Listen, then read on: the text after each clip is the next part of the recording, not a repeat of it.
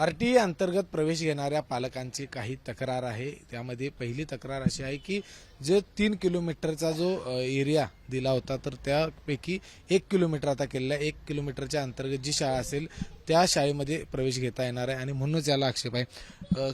काय GR मध्ये आता नेमकं काय म्हटलंय, याच्या आधी किती किलोमीटरमध्ये होतं आणि आता किती किलोमीटर आहे? आरटीई ऍक्ट 2009च्या माध्यमातून या देशातल्या शोषित, वंचित, पीडित आणि आर्थिक दुर्बल घटकांना चांगल्या शाळांच्या मध्ये त्यातल्या मुलांना चांगल्या शिक्षणाचा त्यांना लाभ घेता यावा यासाठी हा कायदा बनवण्यात आला आणि 25% जागा ज्या आहेत त्या या शाळांच्या मध्ये राखीव या वर्गासाठी ठेवल्या गेलेल्या आहेत। आता आपण जर हा GR जर पाहिला जो या वर्षीच्या जाहिरातीसाठी आलेला आहे त्याच्यामध्ये पालकांच्या किंवा विद्यार्थ्यांच्या घरापासून 1 किलोमीटर किंवा त्याच्यापेक्षाही कमी अंतराच्या ज्या जवळच्या स्कूल्स आहेत 1 किलोमीटरपेक्षा कमी अंतरावरच्या या शाळांचा पर्याय या विद्यार्थ्यांसाठी उपलब्ध करून देण्यात आलेला आहे। तर मागच्या वर्षी हा जो एरिया आहे जो 1 किलोमीटरचा आहे तो 3 किलोमीटरचा रेडिएशन होतं आणि तो आता 1 किलोमीटर केला गेला आहे। नेमकी ही 3 किलोमीटर रद्द करून 1 किलोमीटर करण्याची मागणी कुणी केली होती आणि शासनाने ते का केलं या विभागानं, हा आमचा पहिला सवाल आहे। दुसरा प्रश्न आमचा असा आहे की 1 किलोमीटरच्या अंतरामध्ये ज्या शाळा आहेत त्या जशा पालकांना अपेक्षित आहे आपला मुलगा एखाद्या चांगल्या शाळेमध्ये शिकावा,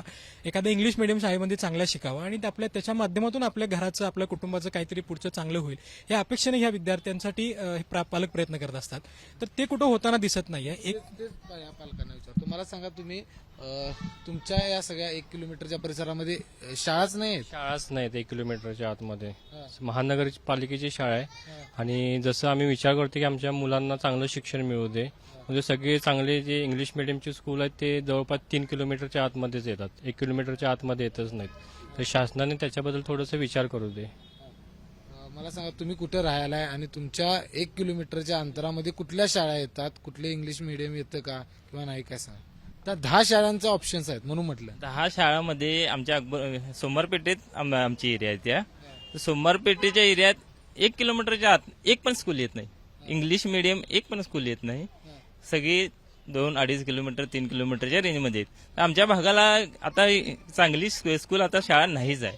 तर आमची मागणी हेच आहे की जे अगोदर 3 किलोमीटर होता तसंच ते नियम हे करून आम्हाला हे करून द्यायला पाहिजे।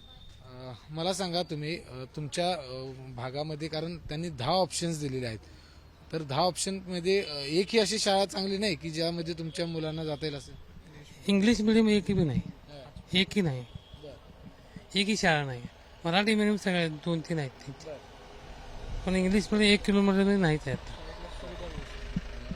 तर आपण बघितलं की ह्या सगळ्या पालकांच्या समस्या आहेत की त्यांचं म्हणणं आहे की आम्ही ज्या ठिकाणी राहतो त्या 1 किलोमीटरच्या अंतरामध्ये एकही इंग्लिश मिडियम स्कूल नाही।